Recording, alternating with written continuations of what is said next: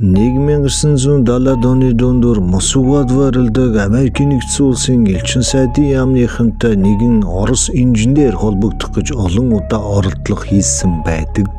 Тухай бүрт нь Америкийн нэгдсэн улсын тагнуулын төв газар энэ хүний оролдлогыг КГБ-гийн өөрх байж магадгүй гэдэг үдсэн дээр онцгой анхаараагүй. Гэсэн ч энэ инженер ухарч найдсангүй улам сайн оролцсоор гоод 1978 онд маш үнцэнтэй мэдээллийг Америкийн нэгдсэн улсад өгсөн. Тагнуулын төв газар тухайн хүнийг болон тухайн мэдээллийг өөрсдийн олон арга сувгаар иргэн хянаж нягтлахад яхаарахгүй маш нөөцийн зэрэгэлтэй мэдээлэл болох нь ойлгомжтой болсон. Толкочи гэдэг эрдэмтэн бол Москвад байрлах нууцын зэрэгэлтэй цэргийн агаарын болон нис хүчний сансар өгтөргөн пуужингийн системийн лабораториудад нэвтрэгтэн судалгаа хийх эрх бүхий инженер байсан нь ойлгомжтой байдаг. 1978 оноос 1985 оны хооронд буюу 7 жилийн турш хэдэн мянган нууц материалыг Америкийн талд амжилттай өгч чадсан. Энэ хүний явуулсан маш нууцын зэрэгэлтэй болон бодит үнцэнтэй мэдээллүүдээр үндэслэж Америкийн нэгдсэн улсын пуужингийн болон зохилтын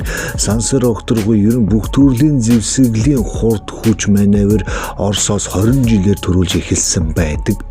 Өөрөөр хэлбэл эдийн засгийн талаас нь авшиглал $2 тэрбум хэмнэлтийг энэ хүний өгсөн мэдээ